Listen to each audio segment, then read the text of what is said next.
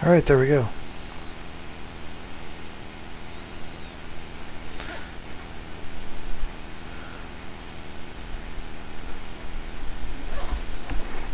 All right, here I am, broadcasting, and still by myself, but we'll see if the word gets around. Thanks for the views, whoever viewed the Twitch things there. I'm going to get, after this stream, got a few things to do around the house, and then I'll probably, try to get the videos up there on YouTube. Probably not much editing quite yet. I haven't figured out. I thought the clips on Twitch were sort of automatic. They had some sort of AI thing that, algorithm that detected moments, I guess. I don't know if it's based on chat, maybe. I don't know. I think I talked about this last time. So here we go. What am I doing here? I think I'm just gonna go back to Western Wastes and do my thing. I'm still getting used to things, so for a while things might be a little on the redundant side. I'm hoping that my charm and good looks will make up for the boring content. So there we go. I'm bound in Western Waste, so I'm just going to hit gate and rock on here.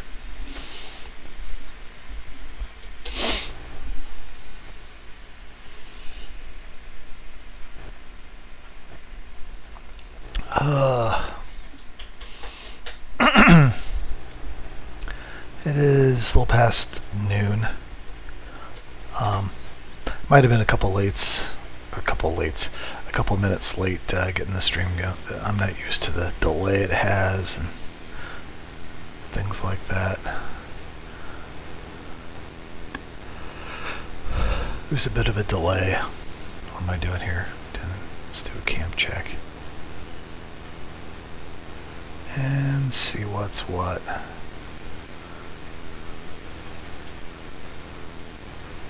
$25 players, not enough for a pick. Anybody that doesn't know what pick is, yeah, once a zone gets a certain number of players in it, it will generate a new instance of the same zone. And because I play a lot solo anyway, I will typically go to the pick, if it's new especially, to have a little more elbow room, if you will.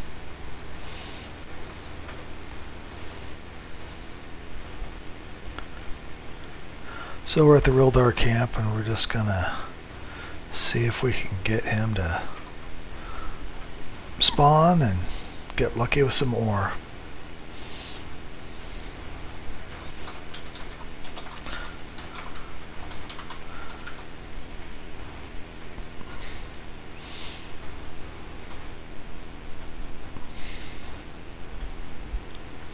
So anybody that might see this doesn't know, I've got a very lazy approach to playing, because I like to, relax and just kind of chill when I'm doing this. When I'm streaming, I can't listen to my music because of the copyright stuff. So it's a bummer, but life goes on. So I got a lot of macros down here that I have for convenience, not really to automate stuff or anything. So that, if my attention's, drawn elsewhere, things are, this is part of the appeal of a dot-centered class like the Necro to me. It's part of it, is, you may not be optimizing your damage, 24/7 all the time, but it's very easy to do at least decent damage to get you through. So it's one of those things. I think that I think it's a pretty easy class to play once you figure out what stuff does. But it tends to be a little, I don't know if it's really that hard to master, but there's a curve there a little bit. Knowing what sort of damage buffs affect what things is important. There's a lot of exceptions in this game that aren't always that readily understandable by somebody newer. For instance, the reason why pretty much all Necros that know what they're doing anyway will choose to not use the Swift Dots, even though on the surface it looks like, oh wow, it's a lot less mana. It's the same damage, you just got to cast them a little bit more. And you would think, okay, shorter time, same damage, then you can kind of more accurately use your mana to take down mobs without having like 3 or 4 dots running unnecessarily when they die, right? And that makes sense, and that is true. But part of the bummer, what's going on is that you get also these passive damage bonuses to your dots, and the passive damage bonuses to your dots only apply to the long dots. So the swift dots actually don't do as much damage as the long dots do, by a very significant margin. So pretty much all Necros that know what they're doing, they've pretty much abandoned the swift dots, because it's just more button clicking for not as much damage. So there you go. It's a game like this that's got so many classes. It is really hard to balance, to try to make sure certain classes are overpowered to the point where everybody's griping and jealousy, or there are people that are doing things that aren't really, the game's not designed to support. You don't want people, say, by themselves taking down raid targets and stuff or whatever. Not in this game. Even older, it's a really interesting dynamic too. It's the difference between this game and World of Warcraft is that the older raid targets and really big scary mobs, will have what they call a death touch, extra ability added onto them that is this massive nuke that pretty much instantly kills characters. So that's to discourage people from I guess farming old raid targets on max level characters like me. I got max AA, max level, all at least rank 2 spells and things like that, and pretty beefy pet and stuff. If these old raid targets and dragons that were really cool to see, even to this day, it would be kind of cool just to see them, just kill them, even if it was an easy kill. It's kind of a neat thing to do, right? You feel very, powerful and stuff. And but they don't like that. I guess.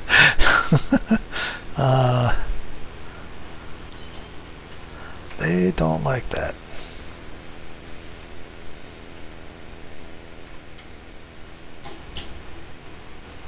I'm sure there's a certain logic to it I don't see or understand.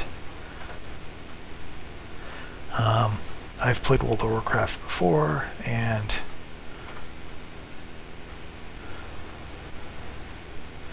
there's a thing people like to do in that game. They go into instance, like, old, really, high level zones, and go through the dungeons to get transmog things that look cool.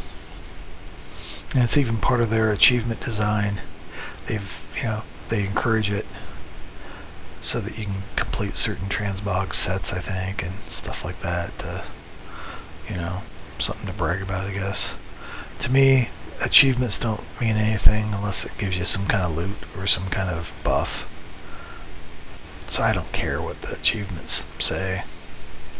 I don't care. Do I have a zombie ready yet? No, I don't. Anyway.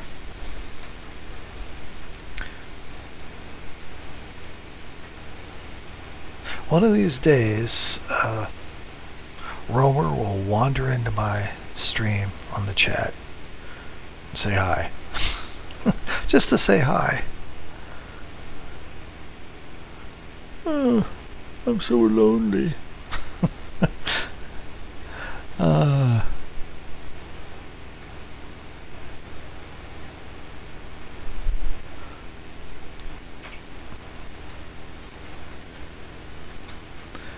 I like to kill the placeholders in the same general area so I'm not running all over the place, because when he does spawn, he will spawn from one of these PHs that have a pathing that is right by here.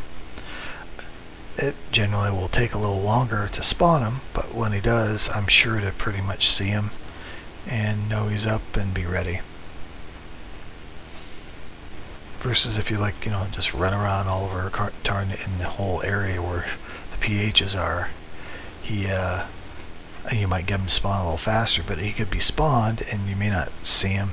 It's just a little bit extra work, really. And like I've said, I'm kind of lazy, so I don't like that.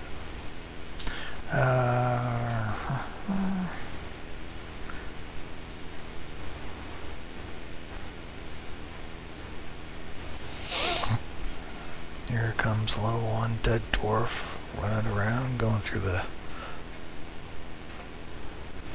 motions of their life as an undead, thinking they're still alive.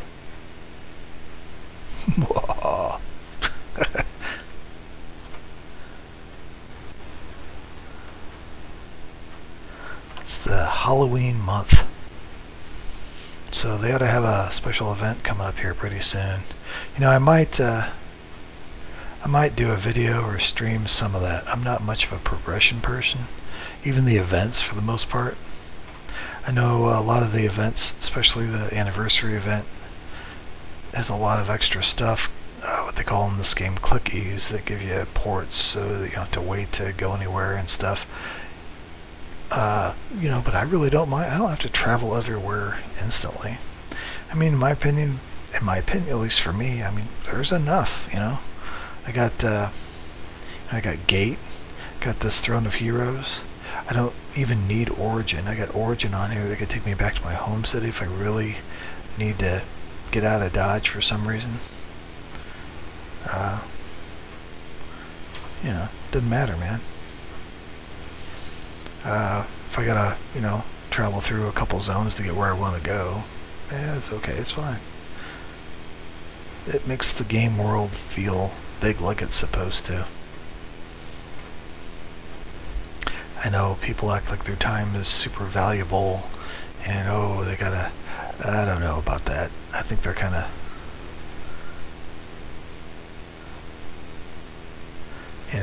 I don't know. Not that I'm not trying to minimize or say, other people's time isn't valuable, and I'm sure it is. If your time is that valuable, why are you playing a video game? Like an MMO, 6, 7, 8, 12 hours a day or whatever you do. Right? Time's not that valuable. You just want to, get your stuff done super fast. I'm going to wait on my mana a little bit. Instead of doing like I said, running around. Let me hit Death Bloom here. Death Bloom is an AA that trades health for mana at a really big rate.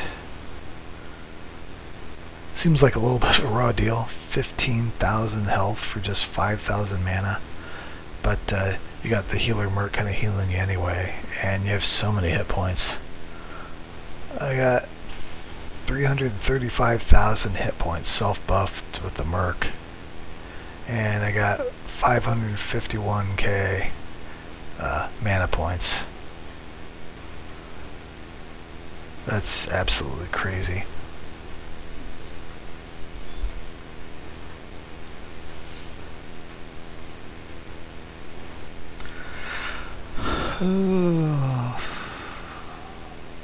So as you can see, yeah, it goes up quite a bit faster. They've nerfed this AA ability, Death Bloom, a couple times. And the last nerf they gave it was, a while back, maybe 2 or 3 years ago, something like that. And they just kind of reduced the amount of mana return you get from it. Because it used to give you a lot, the ratio of health to mana used to be a lot better. And it almost made it so that you wouldn't have to really even pause very much at all. You could just go straight non-stop, just going to town all the time without having to really worry about mana. And that's a dynamic that, while I'm sure they want the Necros to have, fill their sort of traditional class role in that area of mana regen and stuff. They don't want any class to be able to just go that most of their abilities is centered on using mana, to just have unlimited mana, just not have to worry about it. They want to have it be a meaningful resource that you have to keep an eye on sometimes. I think that's reasonable. And it's still a help.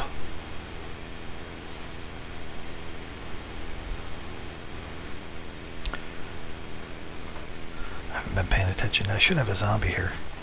Yeah, I do. Or a shade, as they like to call it. Crap. Fizzled in the first spell in this macro, which is unfortunate. But, I'll probably just hit it again. I don't know. Let me just hit my big damage dots here.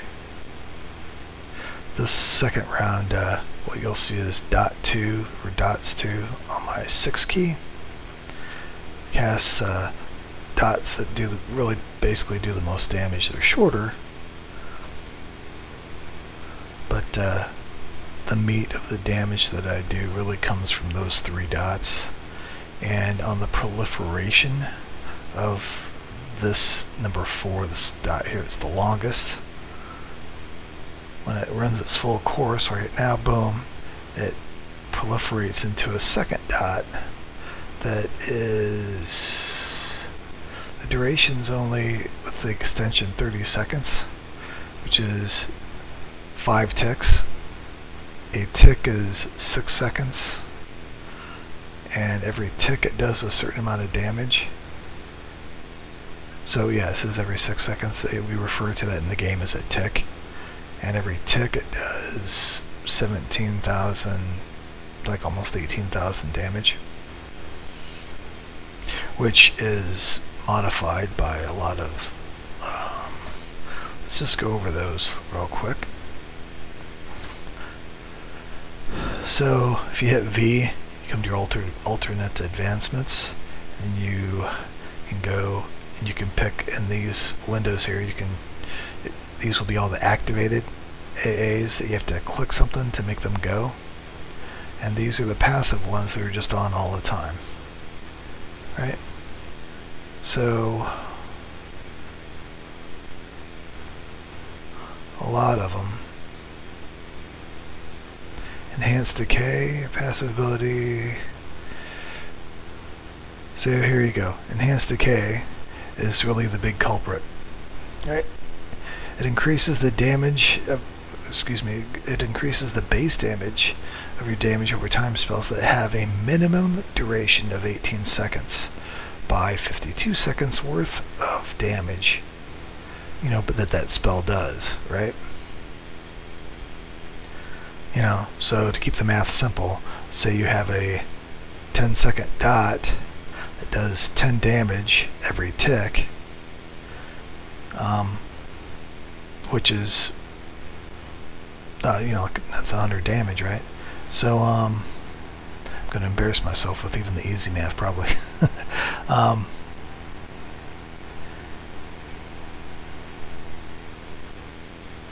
sorry, I said 10 seconds. See, I screwed it up already. Say it does 10 damage every tick, and it only goes for 12 seconds, right? Which is really 2 ticks. It can be extended 1 tick, which would make it 18 seconds. But this right here only refers to the default damage length of the dot. Okay? So if we go over here, let's just use this one. Damage over time. Let's pick a swift dot here, as they call them, the flash blaze. That's a swift dot. Alright? Nobody really uses these. Okay? Oh, also, because actually it doesn't look like they're extended at all. So this does 12 seconds. It only goes for 12 seconds. This will not be applied. This enhanced decay buff, passive buff, does not apply to this at all. So even though the damage per tick is the same as the corresponding long one, which is the pyre, I never remember if that's the big fire dot or the other pyre. Anyway, whichever longer dot that this goes along with, it's not gonna. This is probably the wretched one in the wretched line, I'm guessing. Yeah, see, it does the same amount of damage per tick, but this is longer, and this is gonna do way more damage because it adds in 52 seconds worth of damage to the base damage, which makes it unreal high compared to other classes dots, which are very simple and just kind of, even if they do get a decay bonus for like a lot of dot classes, what are they have one that increases the criticals, critical affliction, right? It increases the chance that they'll critical damage, right? But that's pretty much all the other classes, like say a ranger or druid get and stuff like that. I think the druids might get a little bit of an extension, but overall, this right here makes necros, right? And this is also why when you just look at the base damage of some of our dots, right? You know, somebody that's not used to playing the Necro, they see this and like, I thought they were supposed to be the best dot class, and they got all these dots are all gimped, man. Look at this, it's only 7k. And then, you know, you get an enchanter, it looks like, and they see their dots do like 25k or something a tick. They're like, man, ours are way better than that. How do they do so much damage? They only this because of this, right? And what's this one do? It's life tab centered and stuff. Anyway, so the enhanced decay is what they use to kind of balance. They actually kind of keep the necros in check, I guess, with their damage, because it is easy for the Necro, if they don't balance the spells perfectly every time they do an X pack or add spells to the game and stuff, we will just absolutely go to town in a gross sense of damage. I mean, just for one class, we will just absolutely decimate all. So they have to really keep us in check, and I understand that.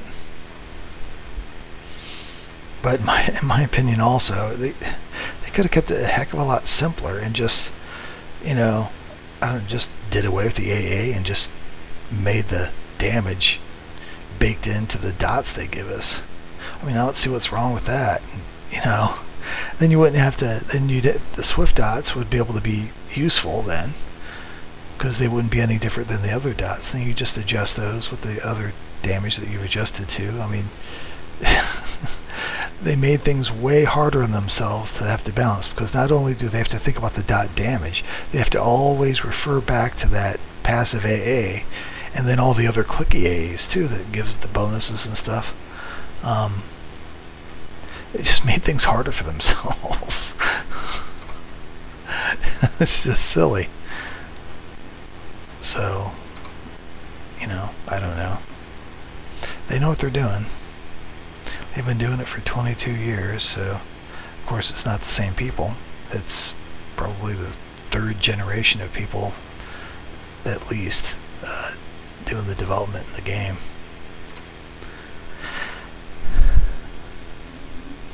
It's hard pressed to find too many devs and people in charge for the company that were actually around at least near the beginning of the game. Most of the original people have either retired, passed away, or just gone on to other things. Steve Clover is a guy that was one of the original devs for the game back in the late 90s, and he is like falling off the face of the planet. I have no idea. He's a really recluse type guy.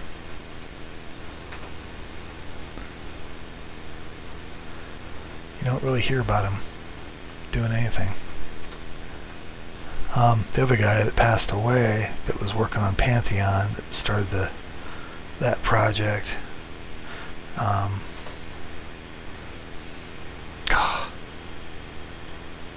I forget his name now. That's really embarrassing, because he's really kind of the main guy. I don't know. I think Pete Bob. I'm sure. You know what? I'm sure Clover did a lot more than people are giving him credit for. It's just that he wasn't near as visible as the guy that went by the handle Aura Dune, right?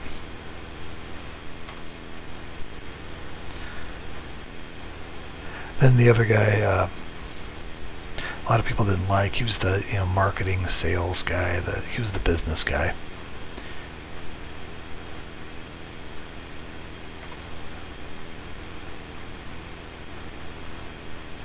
I remember with the EverQuest Next fiasco, he got a lot of hate. Hackers started going after him, all kinds of stuff.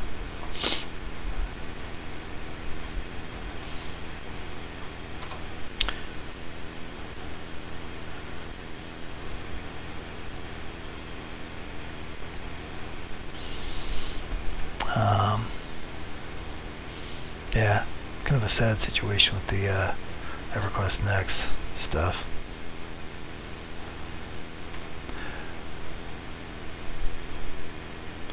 I really don't think, if you really think about it, I think they knew exactly what they were doing. I think they were just boosting their franchise, their IP's worth for them to sell to that, was it like a German finance company or something like that. They ended up doing stuff.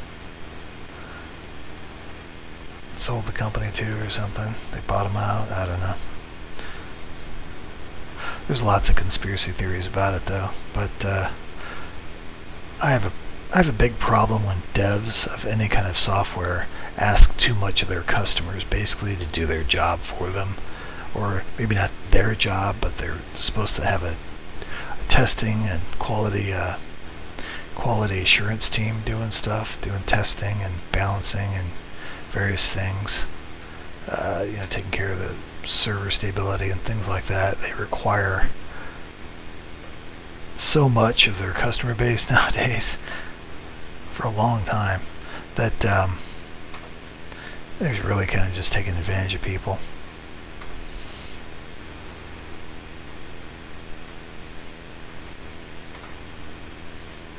I'm just a bit old school. That's how I think of things.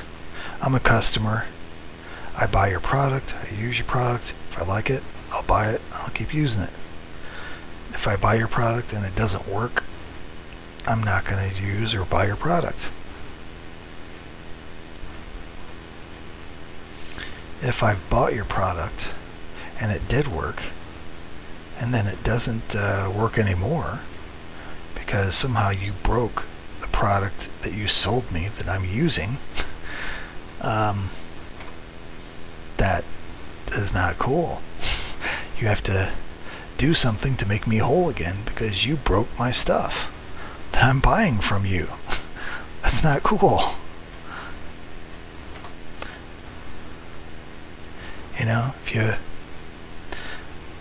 If you buy a car from a dealer and it's running great and it's awesome, and you take it back to the dealer for some servicing, and then they break it, the dealer has some sort of liability that they have to, fix for free what they broke on your car that you bought from them, and still, probably paying on a loan and stuff like that. They fix it for free. They don't ask you to get under the car with them and, hold this while I tighten this, or hey, can you tell me if the lights are on, or can you're not in the shop with them, helping them, giving them input. Okay? That's a very kind of an irritating thing, the way software is developed nowadays to me. But, the customers got nobody to blame but themselves. They put up with that stuff. I saw it year by year because I'm middle-aged, and I built my first computer back in '97.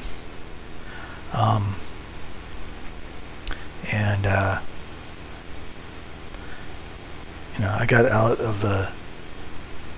I had a life change. Okay, fine. I got out of the military. I was in the military in the 90s, and I'm going to chill here a bit while I talk.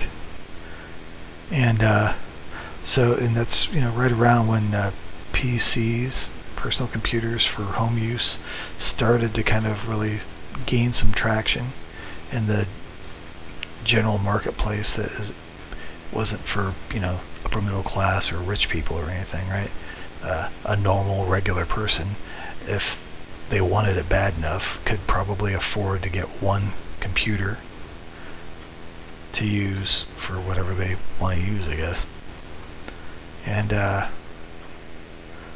so I saw that develop from then on, And each passing year, developers of software got bolder and bolder. First it was the patches.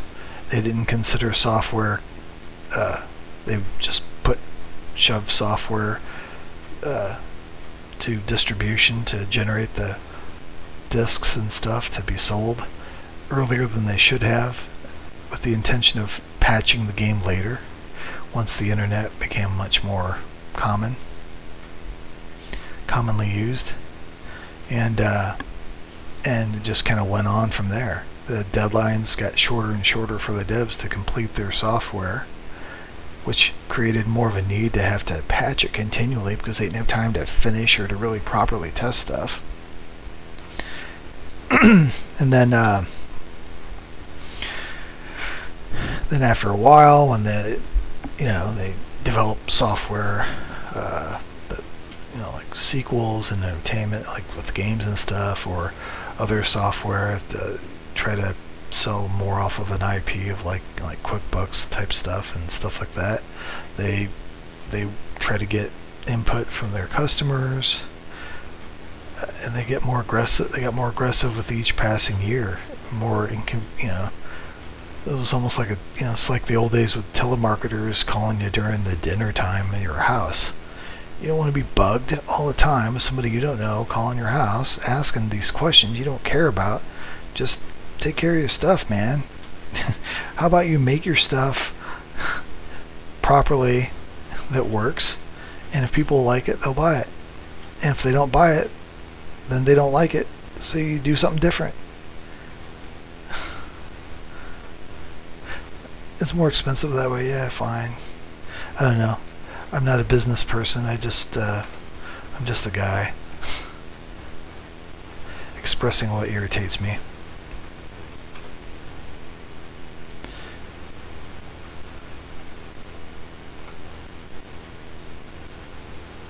But that whole system that has, been like that and is basically kind of gone off the rails now, with everybody wanting you to take surveys and software never really being complete. And typically, once they finally get something fixed all the way, they're shoving something out new that they're trying to get you to buy. That's the next, 2.0, whatever you bought. Supposed to be better, have this functionality, this feature, which is another word for bug. It's and people just take it.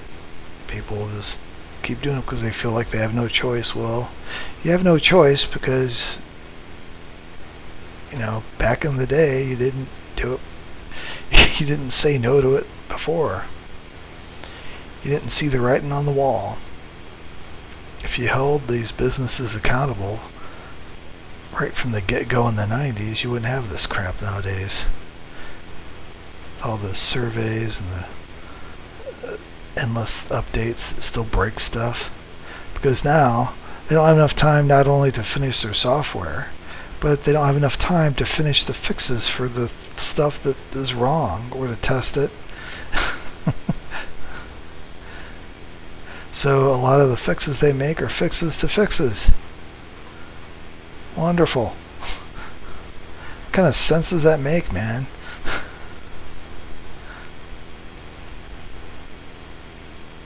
You are fixing the fixes because the first time you tried to fix it, you screwed it up.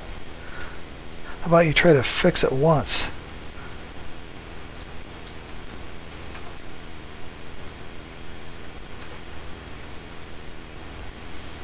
Duh.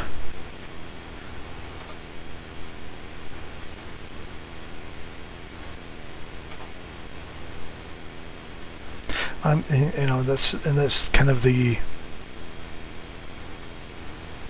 you have customers and you have proprietors, or people trying to sell the customer stuff. You have customers. Customers they shouldn't be expected to have a deep understanding of everything that they buy. They should know enough that they know what somebody's trying to sell them, what it does, and how it can, either enhance their life or enable them to do something that is a need, like refrigerate food so it doesn't spoil, things like that. That's a need. You don't need to know how the refrigerator, does that. You don't need to know all the ins and outs of how a refrigerator works. You plug it in, you have them install it, and you start using it. And if it breaks, goes wrong, if it's under warranty, you contact them to come fix it. Come fix your crap, man. You sold me this and it's broke. And I was just using it. I didn't take a sledgehammer to it. Fix this thing you sold me that should still be working, right? That's customer business relations. Software development and the selling of software has got that totally out of whack, especially in the entertainment area. They get all these young people that don't know any different, and they just buy into this idea that,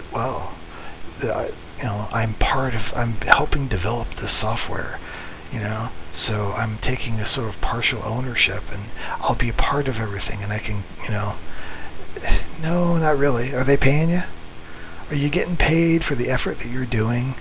No, you're not. As a matter of fact, in some cases, you're paying them, right? It's like the crap that Daybreak tried to do with the EverQuest Next, right? They had founders packs and stuff. You were paying them for the privilege of getting to play their unfinished game and give them feedback on how it's working and suggestions even on how to fix stuff. And you paid them. You paid them. They didn't pay you. You paid them in order to do that. How stupid does that sound? That is absolutely mind-boggling stupid. That's the grift of a century. Well, that is insane. Just insane. I don't understand why people think like that.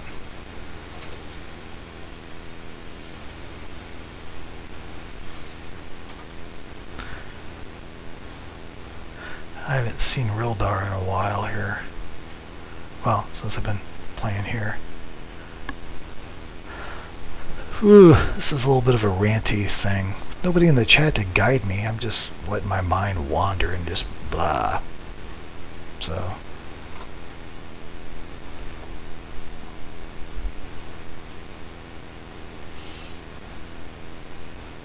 Yeah. But the MMO market is horrid with that. That's not the only entertainment type software that takes advantage of their customers like that, though. I'm sure. There's betas for what's on Steam. They got that the certain early access thing going on Steam, right? Now, finally, people are kind of starting to complain about that type of idea, right? This early access thing on Steam. They're buying these early access things, expecting things to be a little bit more polished than a lot of the early access software on Steam really is. And so you get these two factions, two opposing ideas that, one side says, well, it's early access, you shouldn't expect a whole lot. Even though you're paying money, you're paying money buying the game early, and you shouldn't expect it to work to a certain level, right?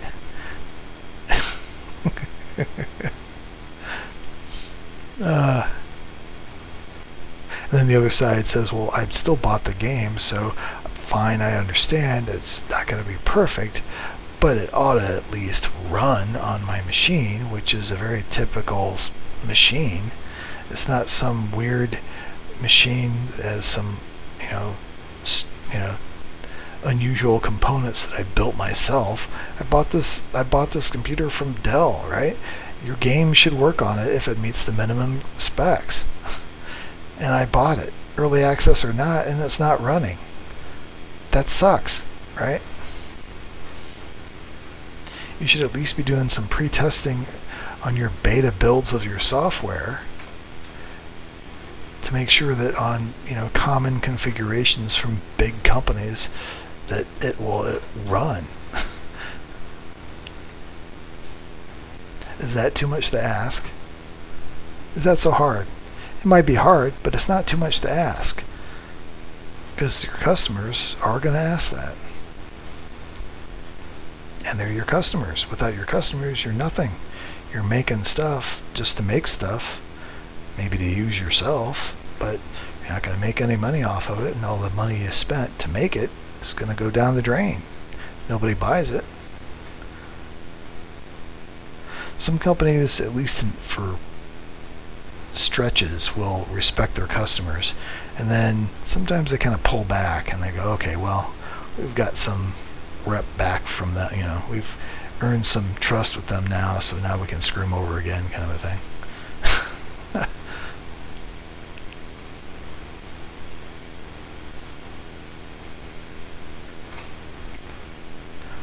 So, I don't know. Who knows?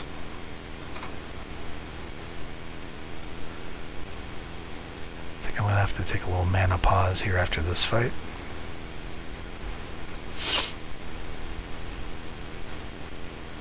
I'm going to stop complaining here. My age is showing.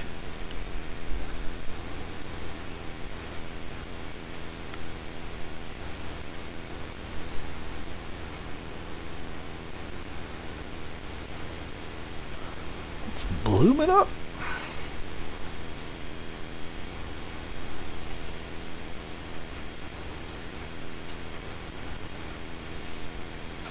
Alright, I might continue a little bit on the same topic, but I'm not going to complain.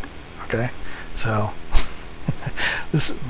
all of this dynamic is probably why I tend to just not even want to mess with progression and things like that.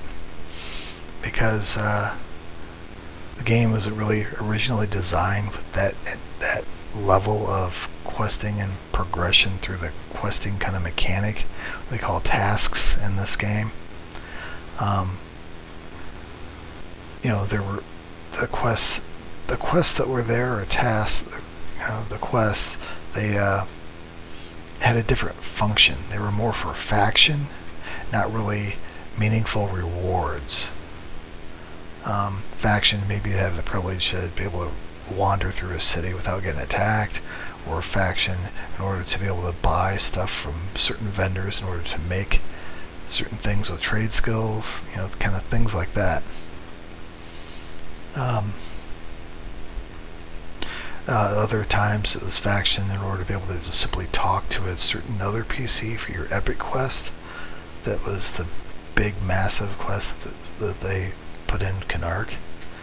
So anyway, and because of that, when they started putting the task stuff in, when was that? Planes of Power? Maybe the one right after that. Gates of Discord, maybe. Anyway, was that Gates? Was that after that? Was it Omens? After Power? I forget now. Anyway, when they first started doing it, there was lots of bugs and stuff with it. Dragons of North, maybe. Oh, I don't know. I'm not sure. Let me update my illusion here a little bit.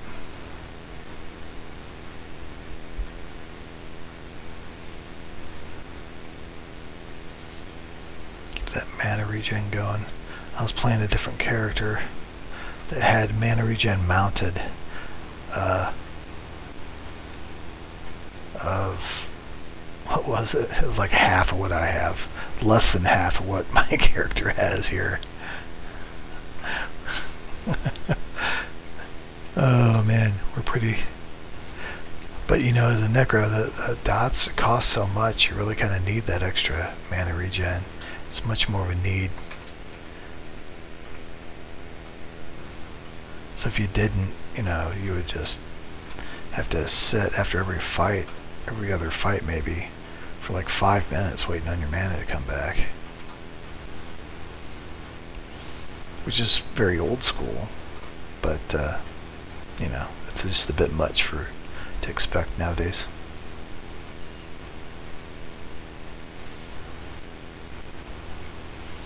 I remember back in Canark, when I was leveling up my cleric in groups outside of Karna's castle, being an XP group and stuff, and I was healing them. I'd get low on mana, and I'd let them know, hey, getting low on mana here, might have to take 5. Smoke them if you got them. We would literally wait 5 minutes, just sitting there doing nothing. Some people would go get a drink, go to the bathroom, chit chat about whatever stupid crap came into your head, kind of like I'm doing now. And then 5-6 minutes, sometimes as much as 10 minutes to go by, and everybody decide, all right, well, let's start going again.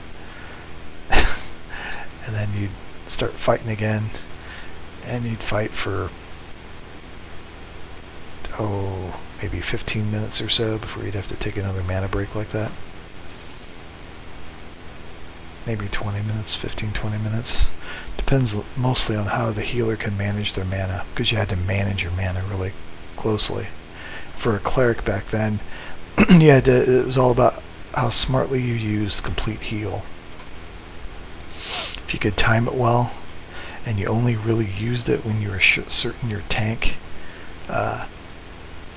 would benefit the absolute most from it, you could, if you used it like that, it was the most efficient heal in the game, and you could stretch your mana a lot longer, a lot farther than bad clerics were able to do. And I may be getting the time a little wrong. I can't remember exactly how often I had to, have everybody pause for my mana. And plus, usually there's like a backup healer that could take the reins healing for a little bit. So sometimes you wouldn't just stop everything. The cleric would have to sit in med and just kind of sit there, maybe go to the bathroom or something or whatever, and a druid or a shaman would just kind of take over on the heals for 5 or 10 minutes until they went OM, ran out of mana, and then by that time hopefully you'd be back, and then you could start covering the heals while they got their mana back. The most important thing back then was always the heals. Not that it's not important now, but you got mercs and stuff now and everything. The buffs and stuff were great, but for a while the shaman buffs were kind of because the people were getting their stats too high from gear, and they didn't have any added extension like they do now for the shaman buffs. So you buff somebody's stamina or strength or something, and it was already at max, like 255, whatever the max is. You'd give them that buff and it wouldn't do anything. It was just their strength was still there. It didn't do nothing. So I don't know how long it took them to kind of fix that, but that was kind of a dynamic, and it threw the shaman much slower on the totem pole compared to the beast lords. When that was happening, the beast lords were really kind of preferred over shaman because nobody really needed a lot of the stat buffs shamans gave. So the beast lords they had a lot better pet, and they could put out more DPS and melee and stuff. They had some buffs like and debuffs too, so they could slow and they could debuff a little bit and stuff like that, I think. Anyway, they were basically preferred over shaman many times, in at least the group game like I played. So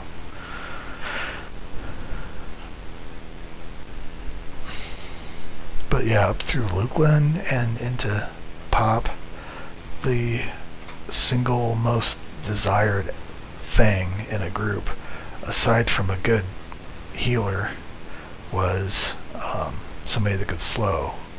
Enchanter, shaman, or beast lord.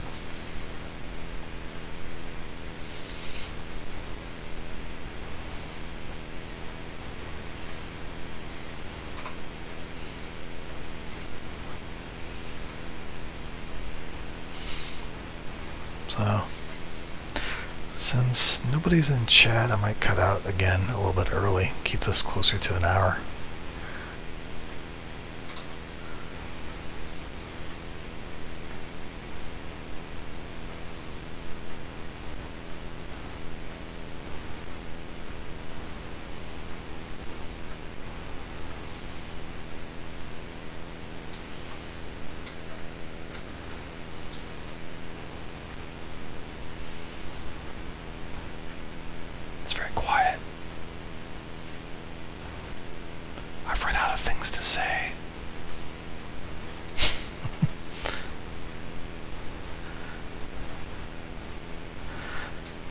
Yeah, so yeah, those were the kind of good old days.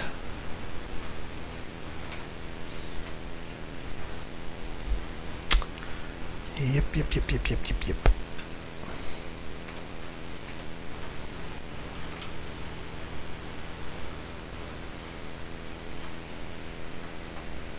Kind of straying away from my system a little bit.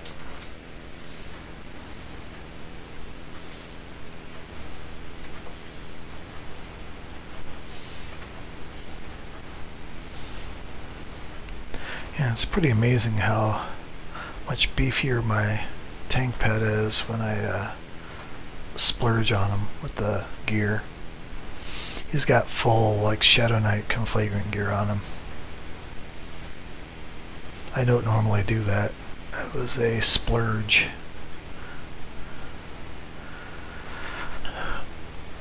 I splurged a little bit because I saw the gear, the Shadow Knight conflagrant gear, somebody was selling it pretty cheap as that stuff goes anyway. It was like 15k a piece or something like that. I think they were probably just trying to get rid of what they had in stock or something. I don't check the anymore. I don't really check the bazaar for conflagrant because I'm past that on my main and I don't really care.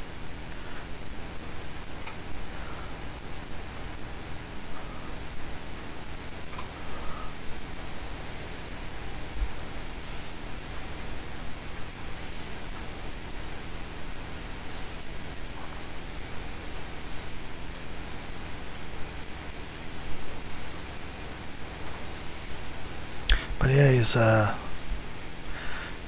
decided that, the rogue pet is just, just a little too squishy, even though it does better DPS. I'd rather have the security of a beefier pet that can hold aggro really well. It's really amazing, right? So once in a great while I'll play my mage, and my mage can steal aggro from his pet if he's not paying attention. If I'm not paying attention. I'll steal aggro from that pet. That's like an air pet is what I use most of the time.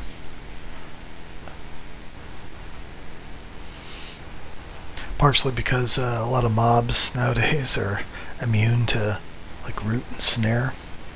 And the buff that the earth pet gets, the extra damage mitigation buff it gets, only applies if it actually roots the mob that is fighting. If it's not rooting a mob, then it doesn't get the bonus toughness that it gets from the earth pet thingy that I forget what it's called, but it has some sort of buff it gets from rooting mobs.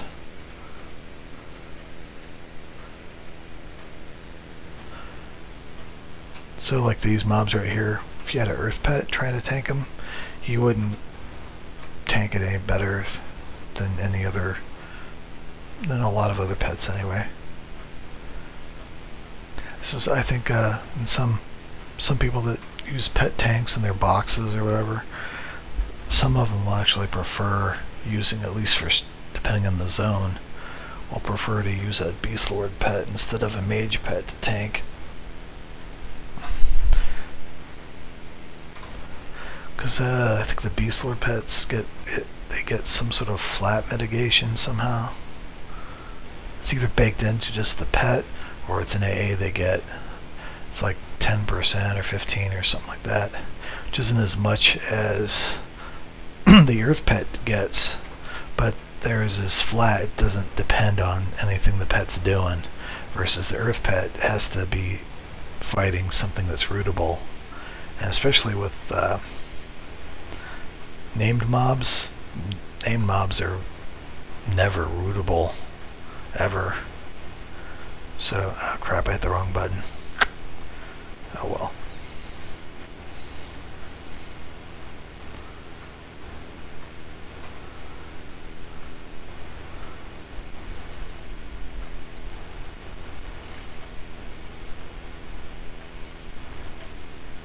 That's what I hear.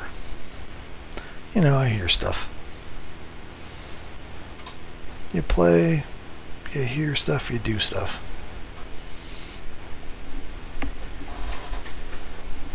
I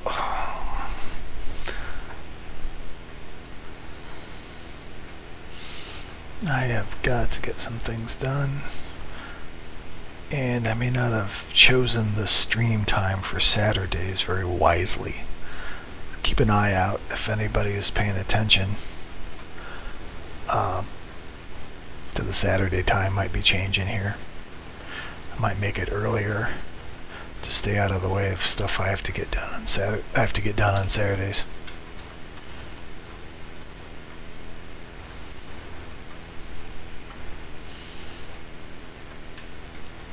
So yeah. So with that said, I'm just gonna buff up and end the stream here, and take care of some stuff in real life.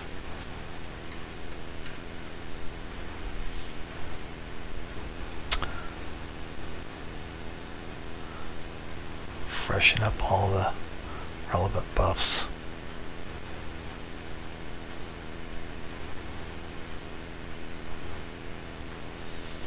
It's the pet illusion I like to use. I just like how that looks better than the default Spectre illusion, or Spectre form with the axe. I like the scythe better.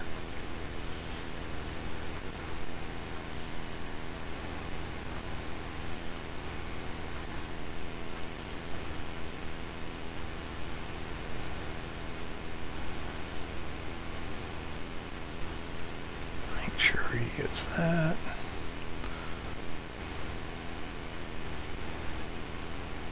One last little tidbit I'd like to offer for people that are using pet classes to play this game is that with your healer merc, if you're concerned at all about your pet's survivability, your cleric merc puts this buff on pretty readily, but they will not buff this. They will not give your pet this buff in the middle of combat.